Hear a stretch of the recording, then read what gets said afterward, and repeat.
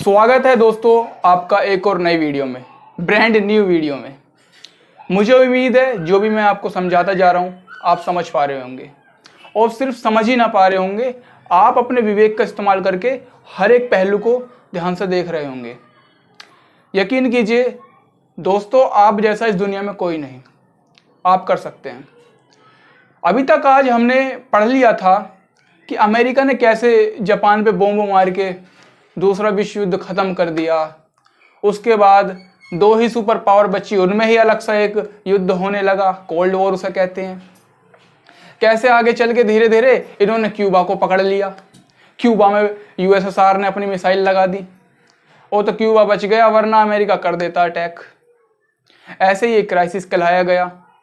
उसके बाद इन दोनों सुपर पावर ने देख लिया था कि यार हम डायरेक्ट तो लड़ नहीं सकते, डायरेक्ट कन्फ्रंटेशन होगा तो बहुत बुरा नुकसान होगा। हम एक टीम बांटेंगे, होता ना पाकिस्तान की, इंडिया की, ऐसी टीम।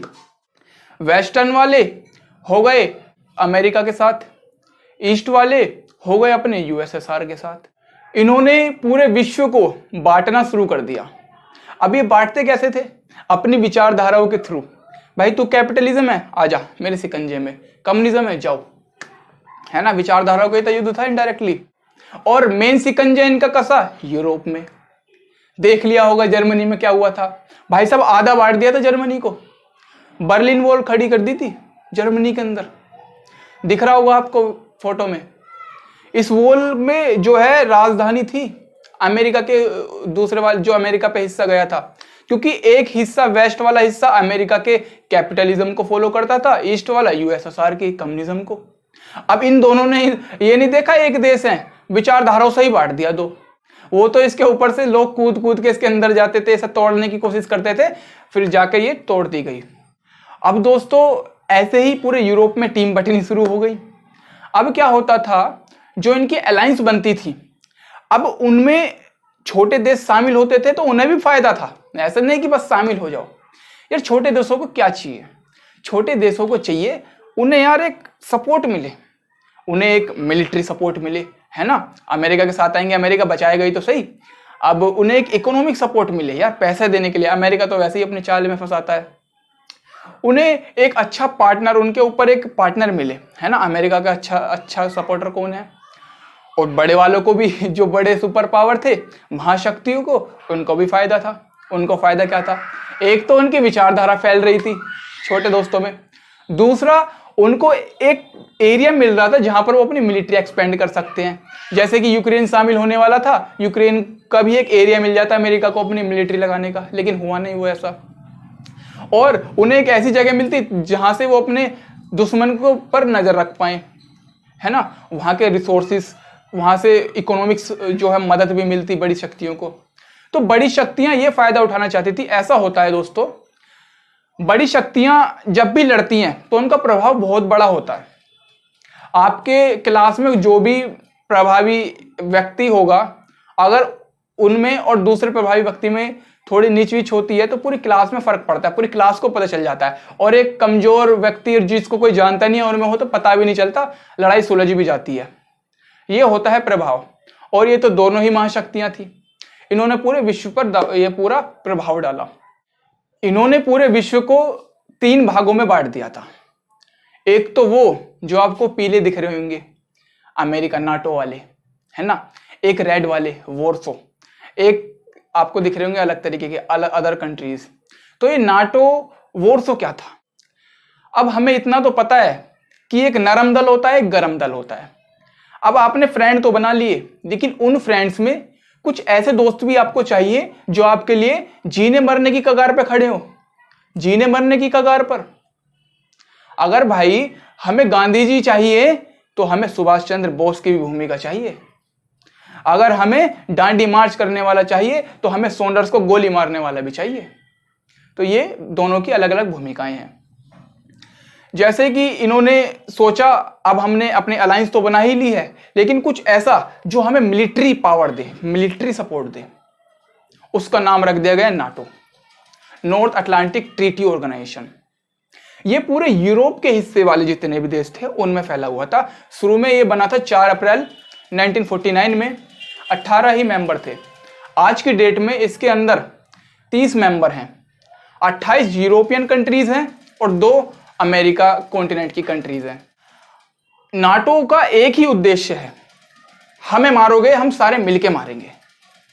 इनका दिमाग देखिए, काउंटर भी ऐसा, मतलब पावर भी ऐसी रख रहे हैं जो पूरी बढ़ के हो। भाई 30 देश मिलके मारना भी कुछ होता है, आदमी एक से नहीं लड़ पाता, 30 मारेंगे। ये किसी पे मारे तो ठीक है, कोई इन पे मारेगा तो 30 मारेंगे। ये इनका पॉलिसी है, ठीक जी। अब इन्होंने देखा कि सिर्फ यूरोप वाले ही जुड़ रहे हैं, विश्व तो यूरोप से ही थोड़ी भरा हुआ है, विश्व तो पूरे विश्व है, कॉन्टिनेंट है अलग अलग। अब ये आए धीरे धीरे सेंट्रल एशिया। सेंट्रल एशिया में इन्होंने देखा, क्योंकि प्रभाव पहले से अमेरिका का ईरान में था, ईरान को धोया भी था, है ना। तो ईरान के बगदाद में एक ट्रीटी साइन करी जिसको कहते हैं हम central treaty organization, CENTO. Baghdad में करी, इसको बगदाद ट्रीटी भी कहते हैं। इसमें कहा गया कि हम इस पे सेंट्रल पे प्रभाव डालेंगे, वहां पे मिलिट्री ऑर्गेनाइजेशन बनाई सेंटो। इसमें टर्की, पाकिस्तान ये सब भी जुड़े। ये बनाया गया आपको 26 फरवरी 1955 में, ऐसे ये बना। इसके बाद जब इन्होंने देखा सेंट्रल में तो हो रहा है थोड़ा दबाव, लेकिन अब हमें साउथ ईस्ट में अपनी पकड़ बनानी है। ये है ना इंडोनेशिया वाली जगह, इधर भी तो जरूरी है, इधर समुद्र है, पूरे विश्व का व्यापार यहीं से होता है। चाइना का 80% व्यापार वहीं से होता है, समुद्र से, हिंद महासागर से। तो वहां पे साउथ ईस्ट देशों में पकड़ बनाने के लिए इन्होंने बनाया CO2। इन्होंने जब CO2 बनाया तो वो बना 1954 में सितंबर। और इसकी जो राजधानी, इसकी जो ट्रीटी हुई थी उसे कलेक्टिव डिफेंस ट्रीटी कहा गया, और ये हुई थी मलीना में, फिलीपींस की। तो ऐसे इन्होंने CO2 भी बना दिया। अब दिमाग लगाया उन्होंने, अपने USSR वालों ने। USSR ने कहा यार ऐसे कैसे चल जाएगा, ये तो एक तरफा ले जाएगा पूरे कोल्ड वॉर को। नहीं, ऐसा कैसे हो जाएगा, तू शेर मैं सवा शेर। वॉर्सो बना दिया। क्या बना दिया? वॉर्सो। पोलैंड के वॉर्सो में ये ट्रीटी साइन हुई और कहा गया तुम बनाओ नाटो, हम तुम्हें वॉर्सो से ठोकेंगे। कई सारे देश वॉर्सो में जुड़ गए और नाटो को काउंटर करने के लिए इसकी राजधानी, इसका हेडक्वार्टर वॉर्सो पैक्ट का बनाया गया मॉस्को में, USSR की। ऐसे दोस्तों ये ट्रीटीज बना दी गई ताकि हम एक दूसरे से कंपटीशन कर सकें। ये मिलिट्री अलायंस में आपको पढ़ा रहा हूं। 2 ब्लॉक में तो बांटे गई दुनिया, लेकिन मिलिट्री भी इतनी सारी पावर बट गई, ये बहुत इंपॉर्टेंट था। और इनका तो प्रभाव अब भी है, नाटो का प्रभाव तो अभी भी है। देखो रूस और यूक्रेन का वॉर करवा दिया, तो इनका प्रभाव बहुत रहता है। तो दोस्तों इस वीडियो के लिए इतना ही। आगे हम पढ़ेंगे कैसे नेम ने आते ही पूरे इन दोनों सुपर पावर्स के एक सामने एक चैलेंज खड़ा कर दिया कि तुम चलो हम तीसरा विश्व बनाएंगे। आगे हम देखेंगे कैसे 5 मेंबर्स इसमें महत्वपूर्ण भूमिका निभाते हैं। बेलग्रेड में जो है आंदोलन करते हैं नेहरू जी, और जाकर नेम की स्थापना ब्रूजो, सुकार्नो इन सब लीडर्स के साथ इसकी स्थापना करते हैं। नेम का क्या पॉलिसी थी आगे हम पढ़ेंगे। जब तक के लिए जय हिंद।